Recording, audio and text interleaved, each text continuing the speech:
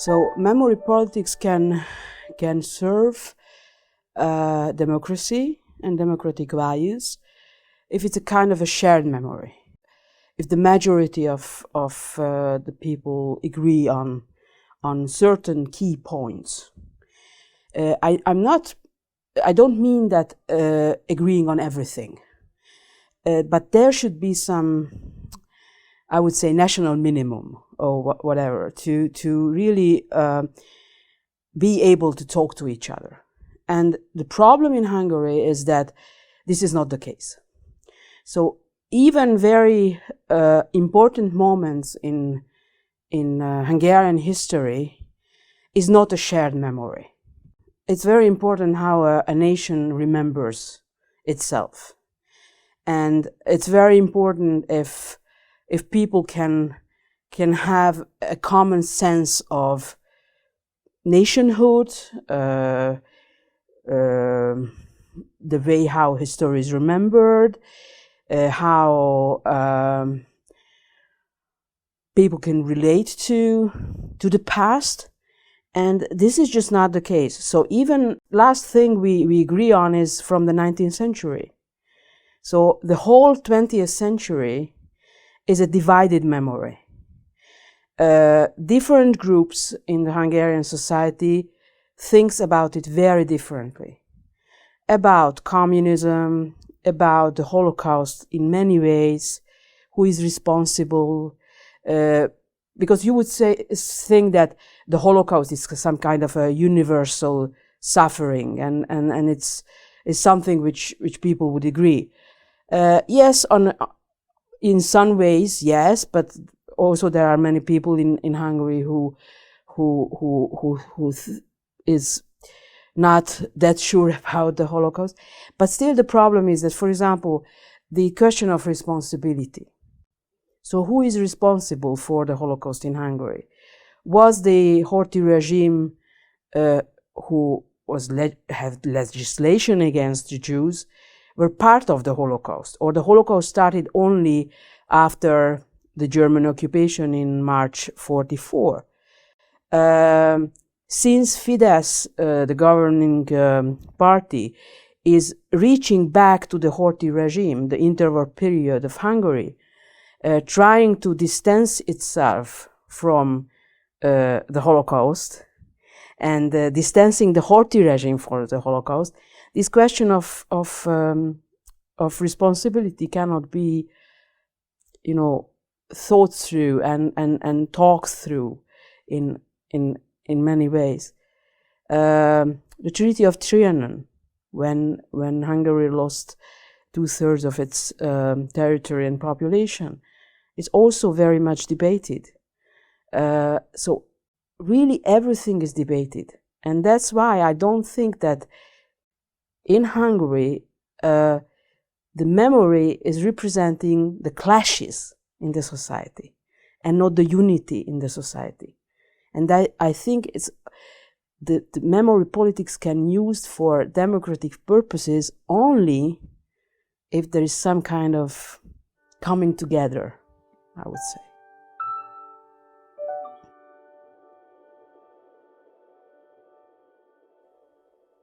Fidesz has been using memory politics from very early on. The first time they came to power is 1998. And it's important to know, maybe it's very interesting. And of course, people from other countries don't know it or forget it because it's... Fidesz was a liberal party. It was the part of the liberal opposition. And after the death of the Prime Minister József Antal, Orbán saw as an opportunity to move toward the right. And in 1998, they came to power as a conservative government.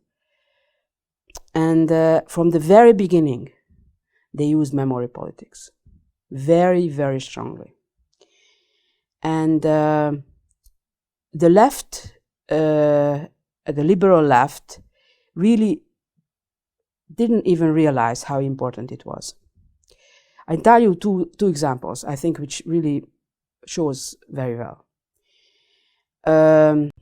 In 2002, there were a very harsh competition for the election, so who will win the election. And there was the socialist on the other one side, and the Fidesz was on the other. And in 2002, they made the day of the victims of communism. And the House of Terror was inaugurated. It was exactly a few months before the election in 2002. And the whole thing was about to equate communism and fascism. And they really did everything to do it. They failed. So Fidesz lost the election to the socialists.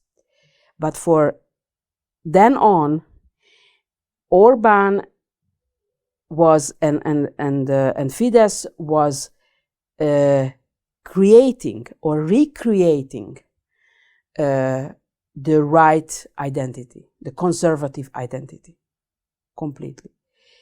They made something called the civic circles.